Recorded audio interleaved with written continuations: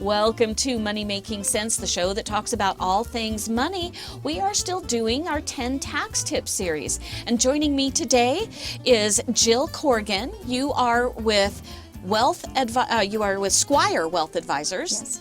And you're a tax supervisor. Yes. So does that mean you supervise everybody's taxes under the sun? No. My position is to supervise tax returns that come in and the work that's been prepared and look for, just errors or just changes that might need to be made. Okay, so I'm perfect. I never have any errors when I file. So Good, just so you good, know. good. So we are actually going to talk about e-filing. Yes. Like for the longest time, we had to write on paper forms.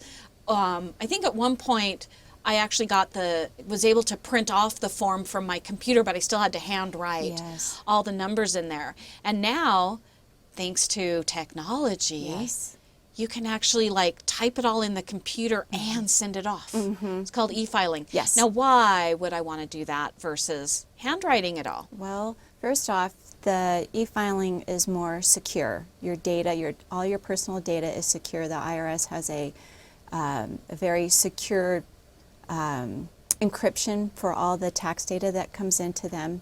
So as opposed to paper filing, like if you put that in the mail, think of all the information that is on a tax return: your social security number, your name, how much money you make, who your employer is, your children's social security numbers, your bank information. All of that is on a tax return and it goes in the mail. But if someone were to take that mail, then they would have all of your information, personal information. To send stuff off via computer, there's less chance. Yes. Much less chance that our information will be stolen. Yes. So I know that when I used to mail my stuff in, I could get my return back, because I almost always got a return. Okay. I would get it back probably, about 6 to 8 weeks.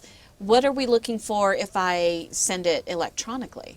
Well, the turnaround can sometimes be as low as 5 days if you're filing early in the tax season.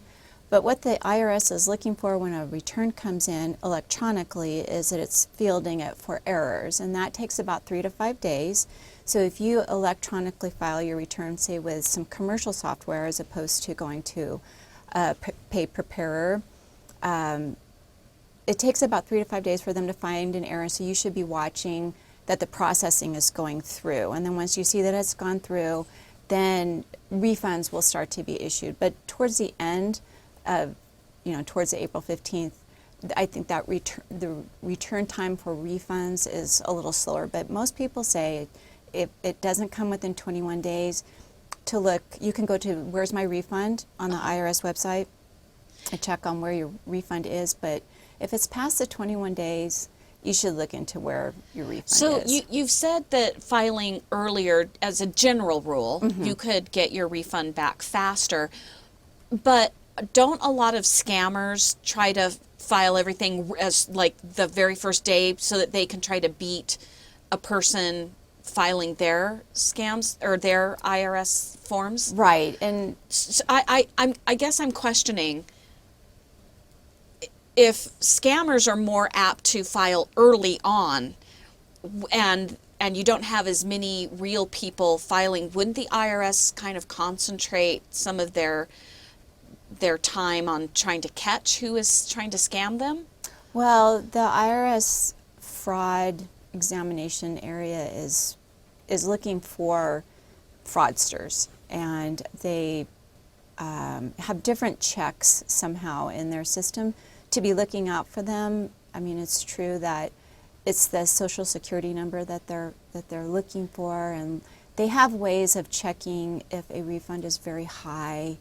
I don't work for the IRS, but they have their fraud steps in place to try and... But if I had a CPA and I got all my stuff to you, on January 31st, you could file it almost the next day or the same day for me? The IRS has an open day when they kind of announce when they're ready to start accepting tax returns electronically.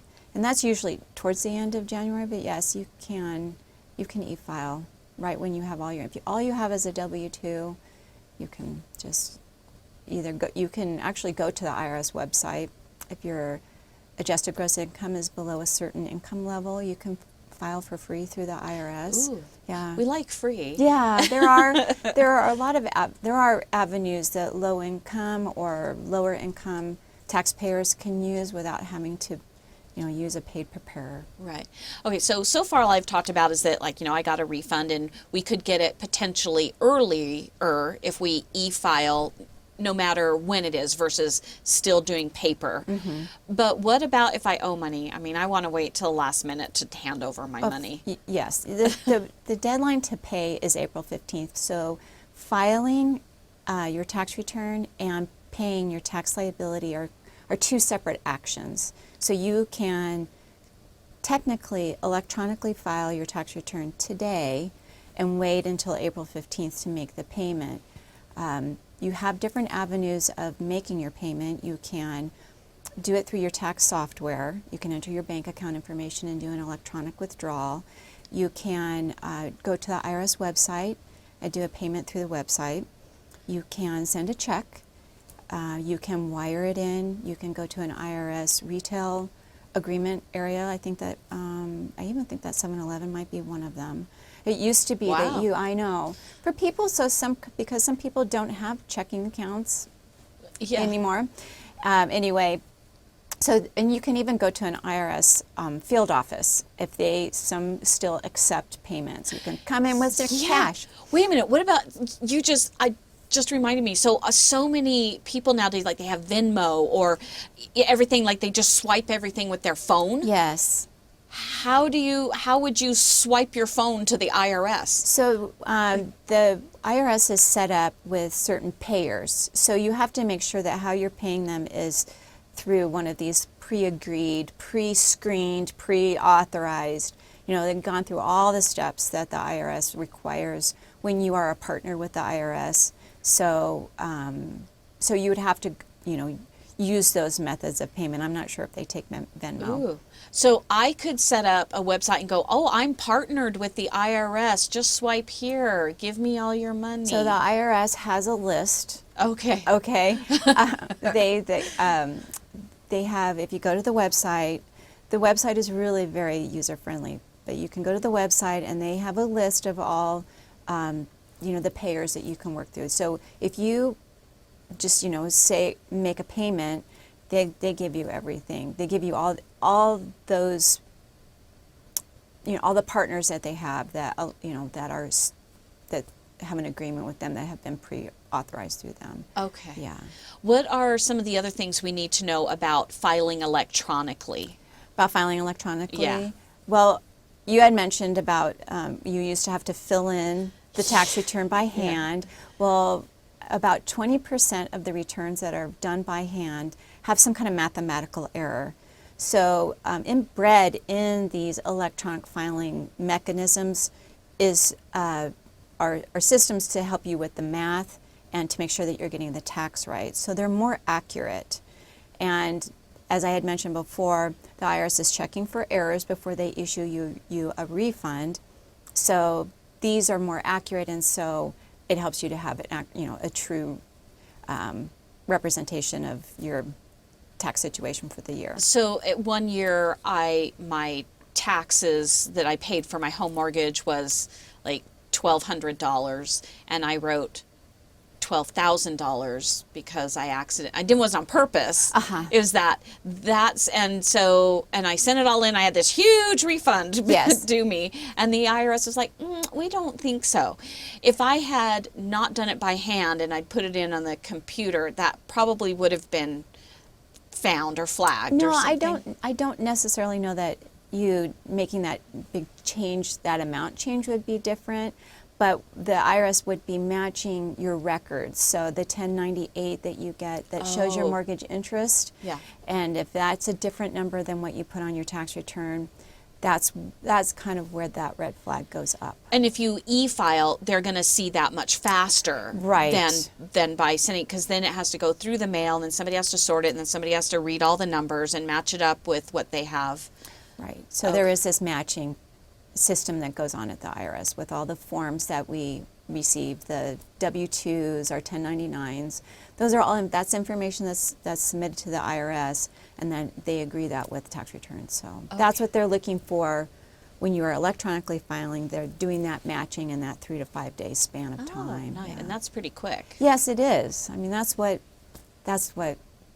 computers are doing for us. Okay. All right. What else should we know? Well, okay, so security, your data is more secure, you have more accuracy, you have a faster refund, and the last one is it's just convenient. There's a lot of different ways to do e-filing. You can, as I had mentioned before, you can go to the IRS website if you meet their income threshold.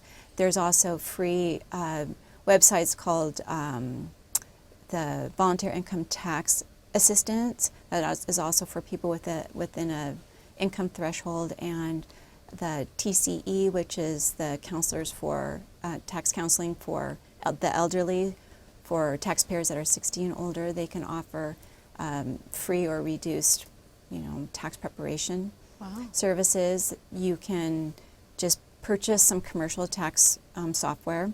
Go to the IRS first before you make a purchase of any tax software, and make sure that it's on their list of approved, e-filing. Else you might get this tax software and send it off to someone that's not authorized. Right. So if you see Heather Kelly, tax preparer, yes, and I have a really simple form. Yes, unless you're on that IRS list. But and then there's also e-file authorization preparers, such as CPA firms like Squire and Company. We are authorized to prepare and transmit the returns. And this is, every CPA firm, not every CPA firm, but CPA firms and their tax software are authorized through the IRS. Oh, okay. Not everybody has that. So that's something those are steps and efforts that tax preparers have to go through too. And if I have complicated life and money issues, I don't know about definitely, but most likely I probably want to go to a CPA and not try to find the free software. Well, I think some of the free software is limited in the number of the forms and some of the schedules that that need to be submitted. So it's not for everyone. It's not for every tax situation. It's for people who have a more complicated income or tax situation, that might not work for them. Okay. Yeah. All right. Well, Jill Corrigan, you are with Squire Wealth Advisors and you're tax supervisor. If anybody needs to get a hold of an accountant, a CPA, go to uacpa.org to find the one that's right for you. Thanks for being a Money Making Sense listener. Follow your common sense on the social media. Money Making Sense on Facebook, Twitter, and Instagram.